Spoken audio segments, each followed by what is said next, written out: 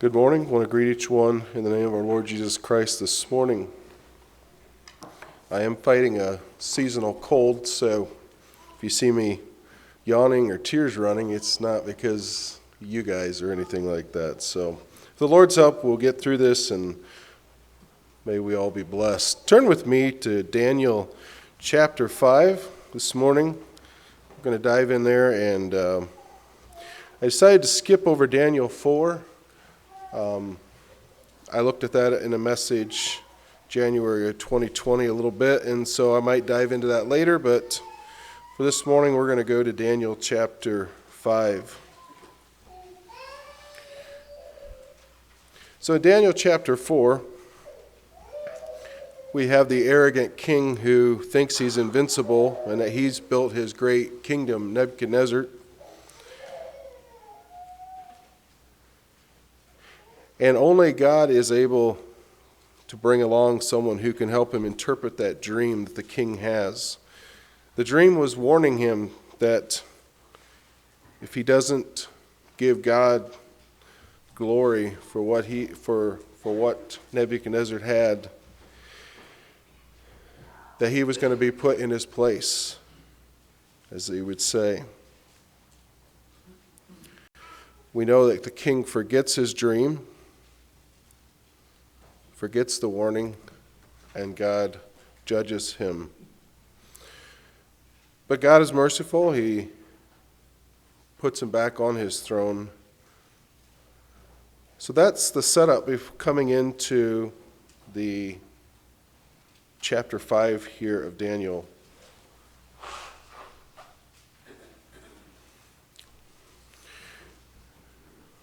What's interesting, I was looking up different timelines to try to figure out how much time had passed. But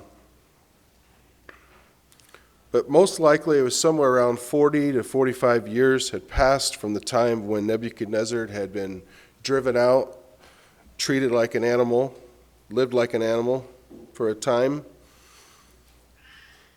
After Nebuchadnezzar was put back on his throne, he would serve for another approximately 20 years before he died. Then there was some debate about what all took place.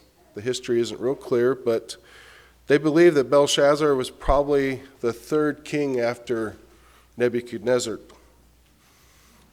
And that approximately 40 years had taken place. So we'll pick up here in Daniel chapter 5, beginning at verse 1. Belshazzar the king made a great feast to 1,000 of his lords, and drank wine before the 1,000.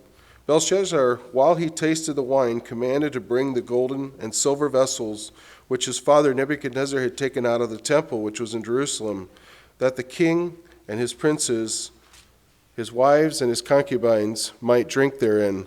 Then they brought the golden vessels that were taken out of the temple of the house of God, which was at Jerusalem, and the king and his princes and his wives and his concubines drank in them. They drank wine and praised the gods of gold and of silver, of brass, of iron, of wood, and of stone. So as I mentioned in my last message, when you have cycles of prosperity and cycles of difficulty, they lead to different things. And one of the things that prosperity leads to, as we look back on world history, is lavish living. And I believe that's what we see here with Belshazzar. Looking at the history, Nebuchadnezzar had to go out and fight quite a few wars, and he kept having to go and subdue nations to have the power and the prosperity that the Babylonian Empire had. Now this is 50 or 60 years later, and as far as I know, Belshazzar didn't have to do that. He had an easy life. He had riches, he had power. But what he didn't know is that it was about to come to an end. And in that prosperity and lavish living, he had completely forgotten about God, the God that in the Bible here it talks about father. Some would think that Nebuchadnezzar probably more likely was maybe Belshazzar's grandfather. He should have known, he should have remembered, and we'll get into that later as we look here through Daniel chapter 5. But this night, this party he's holding, he crosses a line. He says to go get the vessels that were taken out of this temple.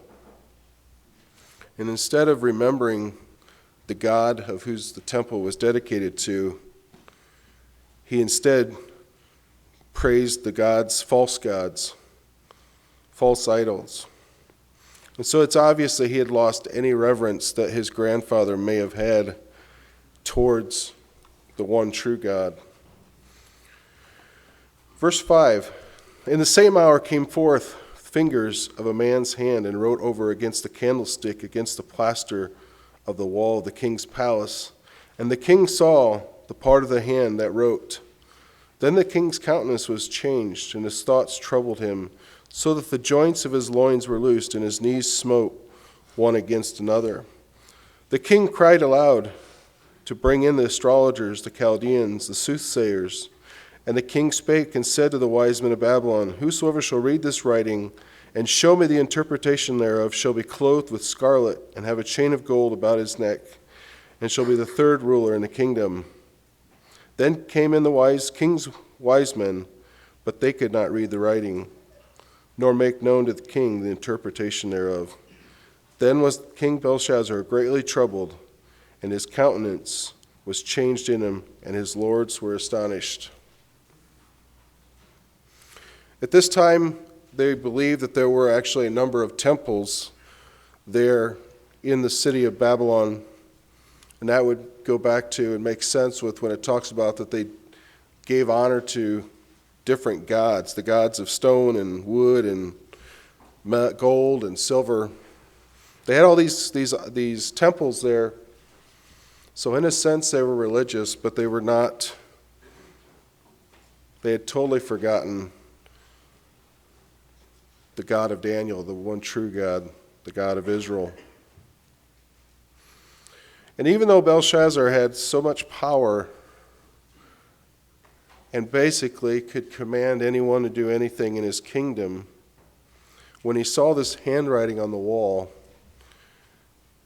he was afraid. There was something in him that recognized that this was not natural, it was a supernatural event.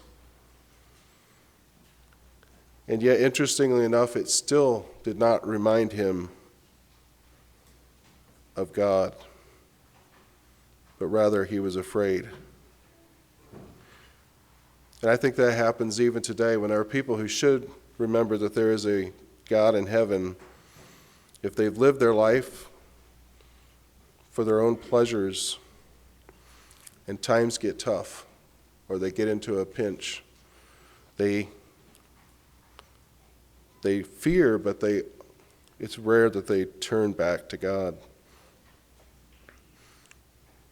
And he started doing just like his grandfather Nebuchadnezzar had done, and brought in the magicians and the Chaldeans and his wise men to tell him the meaning of this. But just like with Nebuchadnezzar, they could not help him. So we'll pick up here at verse 10. Now the queen, by reason of the words of the king and his lords, came into the banquet house, and the queen spake and said, O king, live forever. Let not thy thoughts trouble thee, nor let thy countenance be changed. There is a man in thy kingdom, in whom is the spirit of the holy gods, and in the days of thy father light and understanding and wisdom, like the wisdom of the gods, was found in him, whom the king Nebuchadnezzar thy father, the king, I say, thy father, made master of the magicians and astrologers, Chaldeans and soothsayers. For as much as an excellent spirit and knowledge and understanding, interpreting dreams and showing of hard sentences and dissolving of doubts, were found in the same Daniel, whom the king named Belshazzar. Now let Daniel be called, and he will show the interpretation. It's fascinating here that the queen was not part of this party, was not enjoying this banquet with the king and his wives and concubines. You would think she would have been there. So was she someone who was more noble and not caught up in all this? But most likely she was not a believer, but yet something in her reminded her God used her to bring the interpretation to King Belshazzar. No, she didn't know the interpretation, but she was part of God's plan. She remembered what God had done through Daniel, and so she told the king about this. So we'll pick up there, verse 13. Then was Daniel brought in before the king, and the king spake and said unto Daniel, Art thou that Daniel which art of the children of the captivity of Judah, whom the king my father brought out of Jewry? I have even heard of thee, that the spirit of the gods is in thee, and that light and understanding and excellent wisdom is found in thee. And now the wise men, the astrologers, have been brought before me, that they should read this writing and make known unto me the interpretation thereof. But they could not show the interpretation of the thing. And I have heard of thee, and that thou canst make interpretations and dissolve doubts. Now if thou canst read the writing and make known to me the interpretation thereof, thou shalt be clothed with scarlet, and have a chain of gold about thy neck, and shall be the third ruler in the kingdom. The king brings in Daniel. Now it's fascinating that it had said that he had brought 1,000 lords together. Don't know for sure, but I believe we can assume that these were some of the most powerful men in the kingdom. And yet Daniel was not among them. Was it because of his belief in God, his obedience to God, or was it that he had actually fallen out of favor with the king? And I believe that's a better assumption, is that there had been a change of kings, 2 or 3, to get to Belshazzar from the time of Nebuchadnezzar. And so Daniel was no longer in his position of power. Otherwise, the king most likely would have remembered Daniel and would not have had to be reminded of it.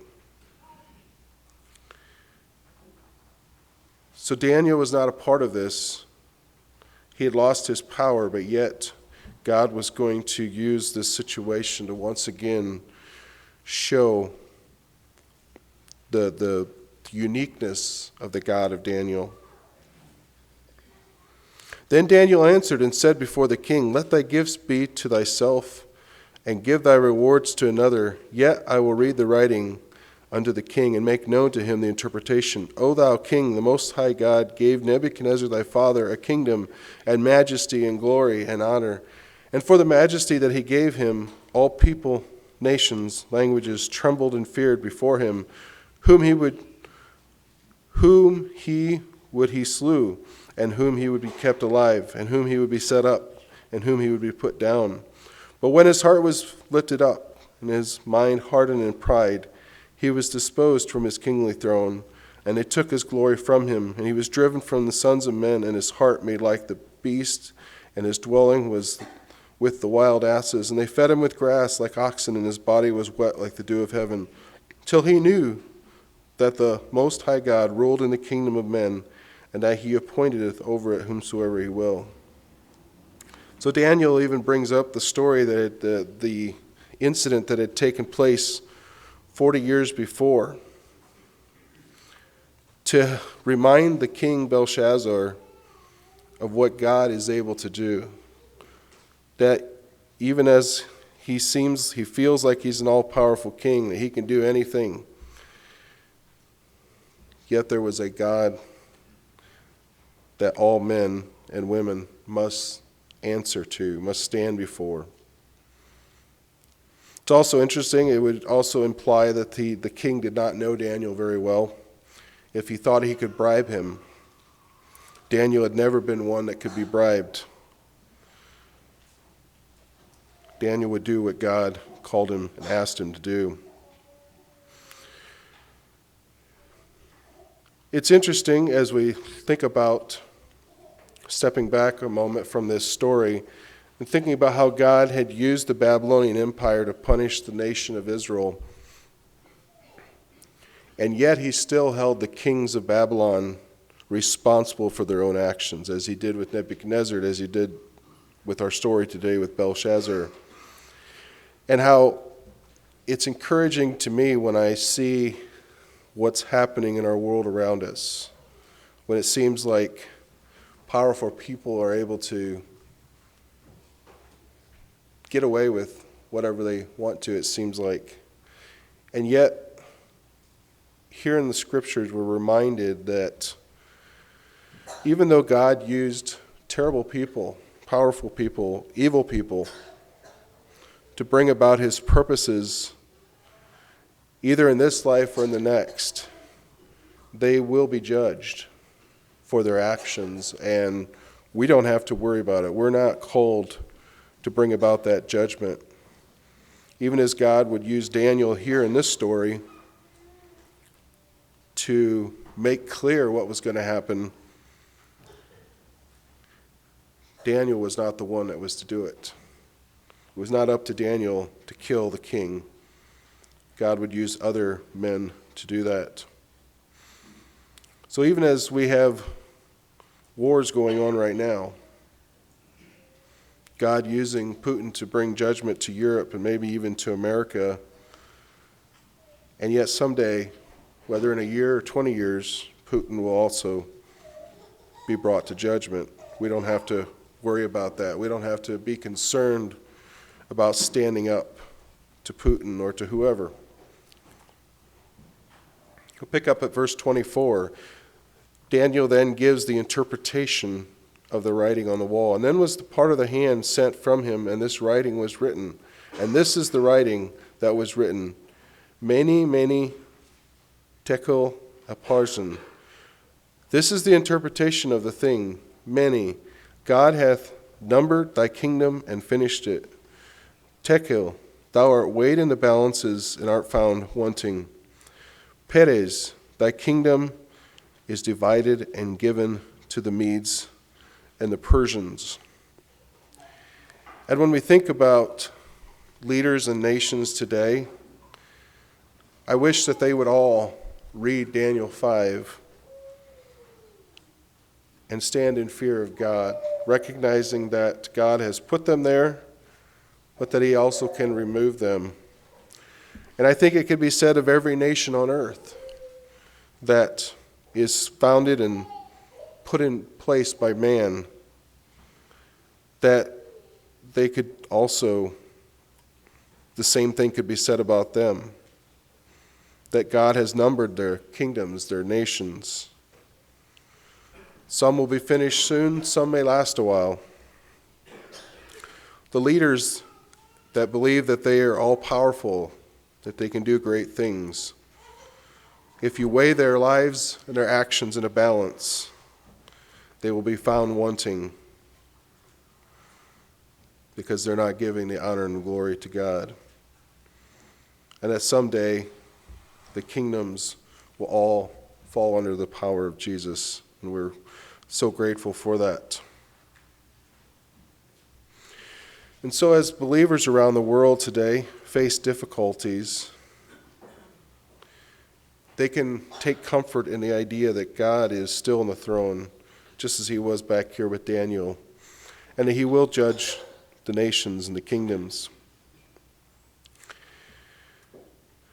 Then commanded Belshazzar, and they clothed Daniel with scarlet and put a chain of gold about his neck, and made a proclamation concerning him that he should be the third ruler in the kingdom. In that night was Belshazzar, the king of the Chaldeans, slain, and Darius the Median took the kingdom, being about 62 years. So Daniel did receive praise and honor. He was given basically a king's robe and given a gold necklace and made the third rule in a kingdom, but that wasn't really what Daniel was after, and it wouldn't have done any good anyway because the kingdom was over.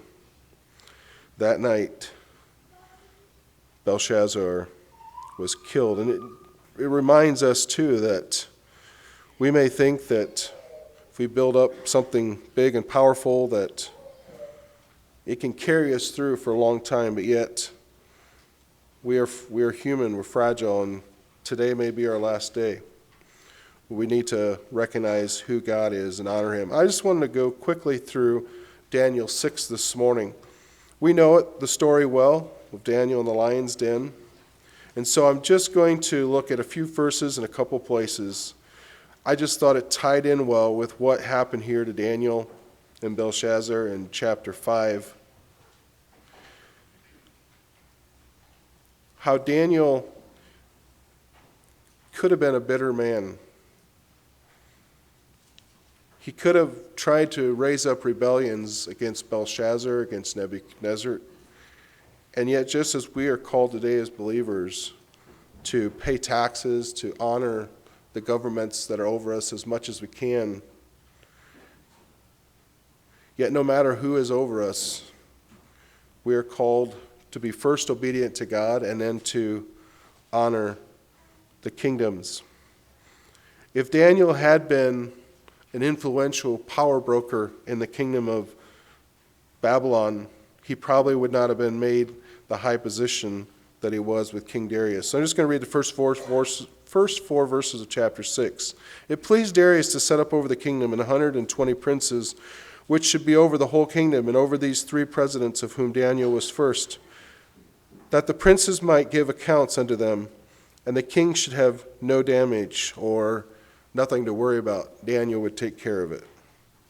Then this Daniel was preferred above the presidents of princes, because an excellent spirit was in him, and the king thought to set him over the whole realm. Then the presidents and the princes sought to find occasion against Daniel concerning the kingdom, but they could find none occasion nor fault.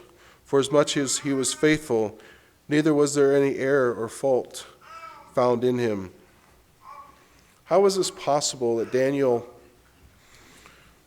with all the ups and the downs, good fortunes and bad fortunes, that he still had a spirit of humility, of accountability, of honoring whoever was in power, to such an extent that Darius put him above all the others. But then as we think about what happened to Daniel, it would make sense why these princes would be upset with Daniel. Is it possible? I don't know for sure, but it's possible that some of these princes and rulers that were put under Daniel may have been some of the same young men that were trained up at the time when Daniel was. And yet each time they thought they might have power or position, Daniel would steal their power and their thunder, you could say. When they were boys, teenagers or whatever, they lost their good food and drink that they enjoyed and had to eat the kosher food of Daniel and his Jewish friends. A few years later, when Nebuchadnezzar had his first dream, yes, they almost lost their lives, but in the end, Daniel was given power over the province of Babylon. And even though he bowed out of that opportunity for incredible power, he gave it to his Jewish friends. So here were foreigners usurping power in the kingdom of Babylon. When the king had another dream, they once again could not convince the king that they knew the interpretation of, and Daniel was called.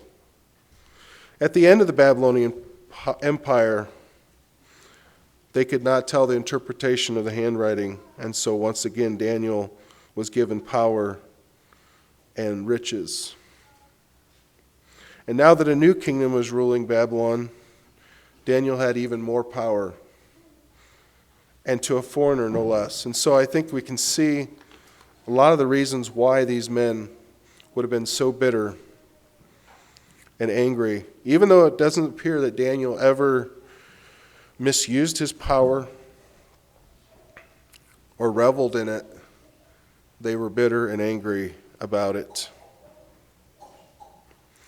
The Bible doesn't really call Daniel a humble man, but yet it appears that he would have to be, to have only gone up to the next position when asked to. He never sought it out.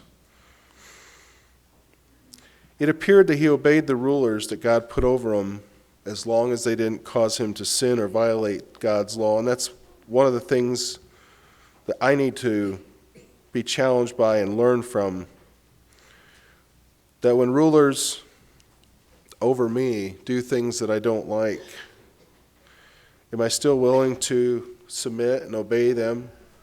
pay the taxes, however high they are, as long as they don't ask me to violate God's law. And we are most likely headed into difficult times in the future because of God's judgment on our nation, but yet we can learn from Daniel that we shouldn't start rebellions. It never looks like he ever started any rebellions against the nations that were holding his people in exile. He didn't have bitter attitudes towards them, but he honored them. And then go to verse 19 of chapter 6. After the time in the lion's den, it seems like it would have been very easy for Daniel to be upset with the king. The king was supposed to be his friend, his boss that he respected, worked well with. But yet this king had thrown him in the lion's den. And it would have been easy to be bitter and upset with the king. But we don't see that at all. Verse 19, then the king rose very early in the morning and went in haste unto the den of lions. And when he came to the den, he cried with a lamentable voice unto Daniel. And the king spake and said to Daniel, O Daniel, servant of the living God, is thy God, whom thou servest, continually able to deliver thee from the lions? Then said Daniel unto the king, and this was what's amazed me as I looked at this story again. He wasn't angry with the king, but he said, O king, live forever, or basically, God bless your kingship, your time, however long God gives you. My God hath sent an angel and hath shut the lion's mouth, that they have not hurt me. For as much as before him innocency was found in me, and also before thee, O king, have I done no hurt. Then was the king exceedingly glad for him, and commanded that they should take Daniel up out of the den. So Daniel was taken out of the den, and no manner of hurt was found upon him, because he believed in his God. He trusted God through the most difficult times. Here he was, living in a foreign land, having a lot of difficult times, ups and downs, like I said before, and yet Daniel's spirit and attitude was one of accepting whatever God brought to him. And then verses 25 through 27, then King Darius wrote unto all people, nations, and languages that dwell in all the earth, peace be multiplied unto you.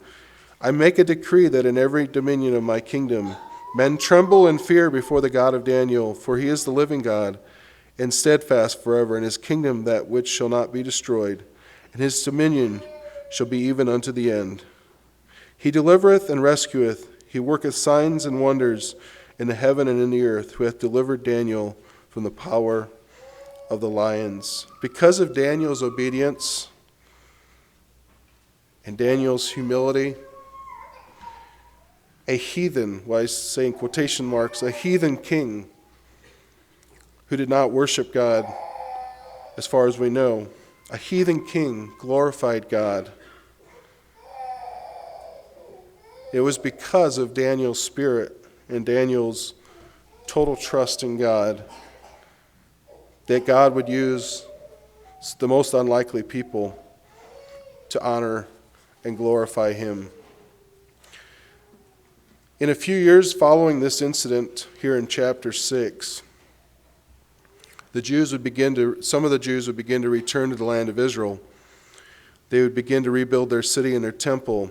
But as far as we know, Daniel and many of the other exiled Jews would never return to their land. They would die in their places where they had been taken against their will.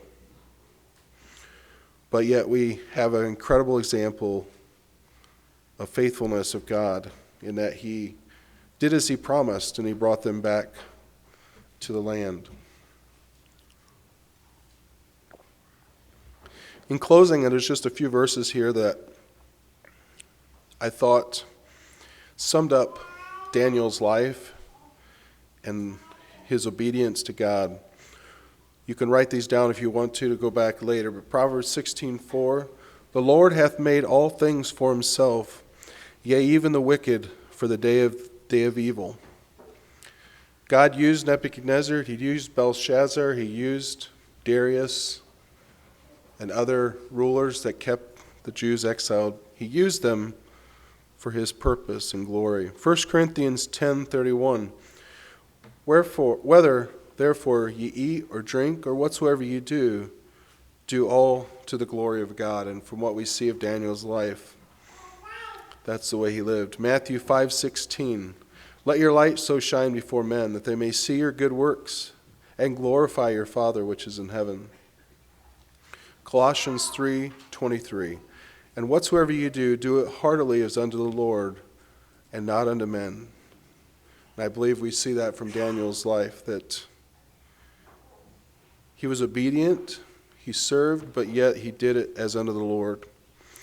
And last verse, I just felt like the most fitting one here. 1 Peter chapter 2, verse 12. Having your conversation honest among the Gentiles, that whereas they speak against you as evildoers, they may by your good works, which they shall behold, glorify God in the day of visitation. And that was true of Daniel's life, and may it be true of ours. The Lord bless each one of you.